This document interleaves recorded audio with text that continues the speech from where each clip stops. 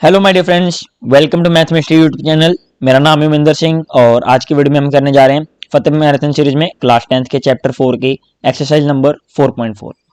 तो चलिए अब हम शुरू करते हैं with the most important concepts of this exercise.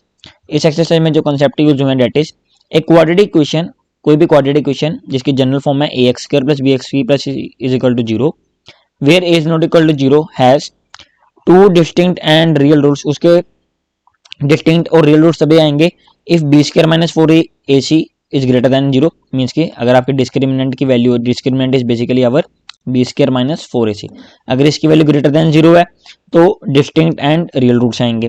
If b square minus four A c that d की वैल्यू है वो इक्वल टू जीरो है, डिस्क्रिमिनेंट इक्वल टू जीरो हो गया तो हमारे इक्वल और रियल रूट्स एग्जिस्ट करेंगे।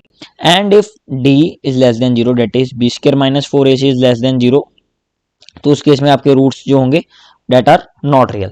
तो इसी को कंसेप्ट को हम क्वेश्चंस में कैसे इंप्लीमेंट करेंगे, तो चलिए अब हम सीखते हैं। क्वेश्चन नंबर 1 में एनसीईआरटी में गिवन है find nature of roots of the following quadratic equations if real roots exist. अगर रियल रूट्स एग्जिस्ट करते हैं तभी हमने उनके रूट्स बताने हैं। रूट्स बताने का बेस्ट फॉर्मूला है क्वाड्रेटिक फॉर्मूला। और इसके अलावा आप जो स्क्वेयरिंग मेथड है bye completing the squaring method वो भी यूज कर सकते हो और फैक्टराइजेशन का कंसेप्ट भी यहाँ पे यूज कर सकते हो। लेकिन अब इसमें कुछ मेंशन नहीं किया गया तो हम सिंपल क्वाड्रेटिक फॉर्मूला लगाएंगे तभी इफ रियल रूट्स एग्जिस्ट, क्योंकि हमें क्वेश्चन में मेंशन है।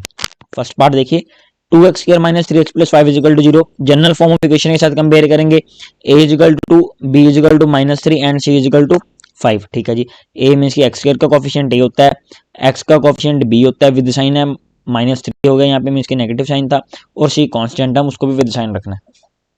तो d की value that is b square minus four, इसी डिस्क्रिमिनेंट की वैल्यू फाइंड करेंगे। वैल्यूज को सब्स्टिट्यूट किया, b square that is minus 3 का whole square minus 4 a c, a की वैल्यू 2 है, सी की वैल्यू 5 दैट इज 9 माइनस 40 तो माइनस 31 लेस देन जीरो। अब d लेस देन जीरो आ गया तो d less than zero means roots are not real. तो इस केस में अगर रूट्स ही रियल नहीं है, मीन्स की रूट एग्जिस्ट ही नहीं कर रहे, तो हम उसको फाइंड करने की जरूरत नहीं है। थर्ड पार्ट फर्स्ट क्वेश्चन का, 2x square minus 6x plus 3 is equal to zero. ठीक है जी, जनरल फॉर्म ऑफ इक्वेशन जो हमारे क्वाड्रेटिक इक्वेशन की जनरल फॉर्म है a x square plus b x plus is equal to zero. उसमें a हमारा एक्स स्क्वायर का कोफिशिएंट है इस इक्वेशन के रिस्पेक्ट में, तो ए की वैल्यू 2, बी एक्स का कोफिशिएंट यहाँ पे है 6 लेकिन साइन का नेगेटिव, तो with sign B is equal to minus 6, C constant term यहाँ पे कितनी है 3, तो C is equal to 3। D की वैल्यू निकालेंगे same B square minus four ए सी। जब हमें इक्वेशन क्वेश्चन में ये पूछ लीजिए कि आप चेक करना है कि रूट्स रियल हैं या डिस्टिंक्ट हैं, जो भी हमें पूछा जाए तो उस केस में सबसे पहले हम डिस्क्रिमिनेंट निकालेंगे। डिस्क्रिमिनेंट निकालने के बाद ही हम बता पाएंगे कि अगर वो लेस देन जीरो है या इक्वल टू जीरो या ग्रेटर देन जीरो, तो उसमें जो भी कंडीशन है जो मैंने ऊपर डिस्कस किए बस वही यहाँ पर आपने इंप्लीमेंट करनी है।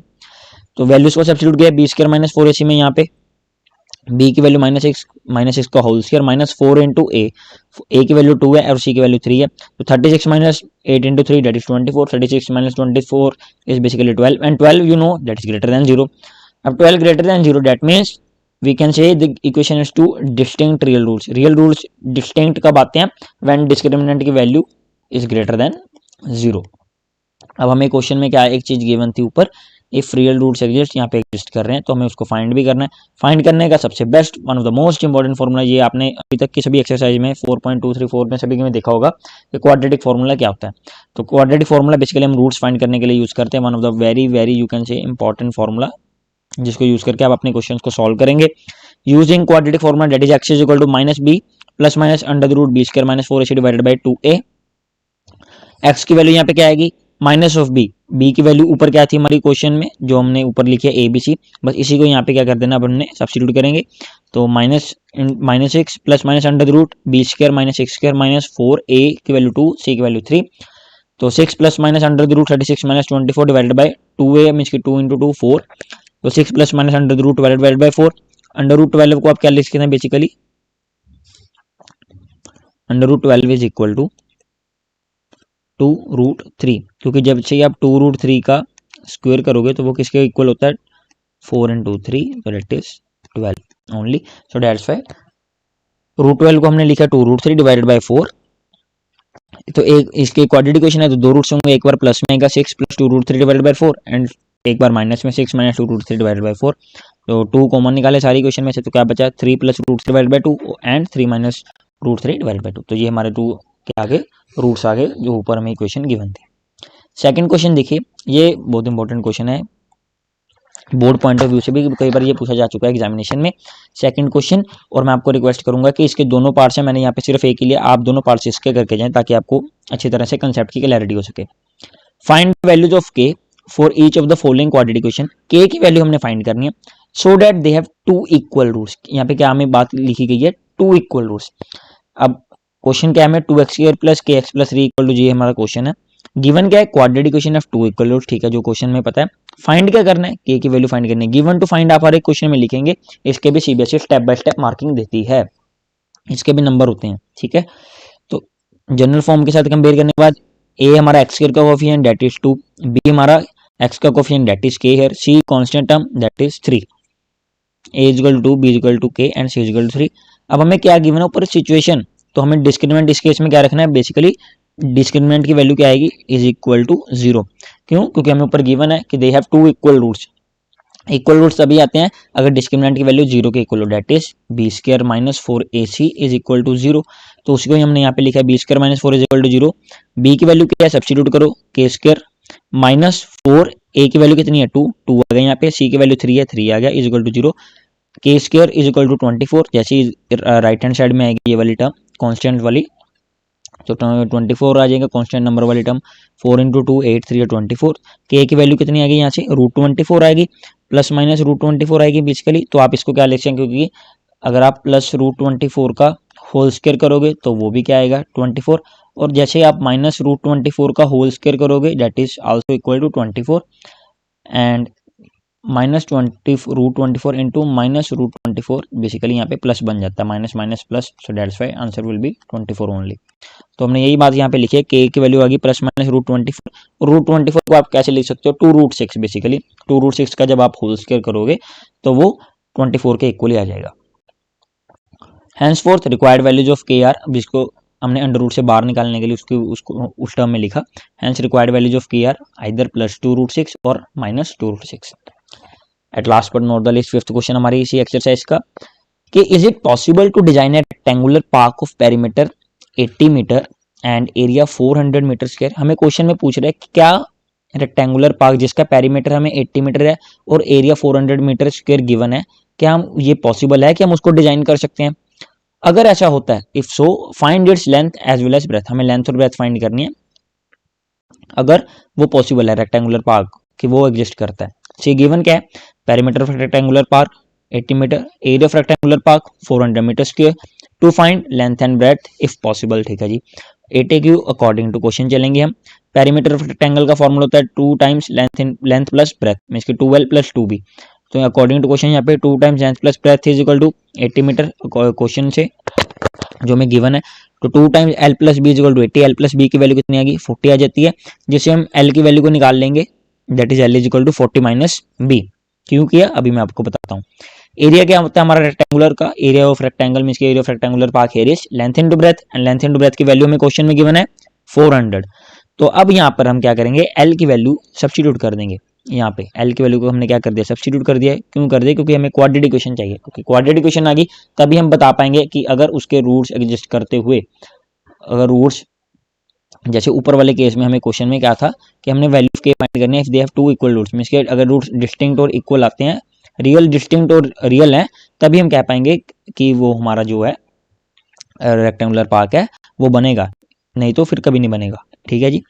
तो हमने जैसे L की वैल्यू को यहाँ पे कर दिया substitute 40 minus b into b, एक बार b को इस 40 के साथ मल्टीप्लाई, एक बार b को माइनस बी के साथ मल्टीप्लाई, तो क्या बना 40b minus b square equal to 400।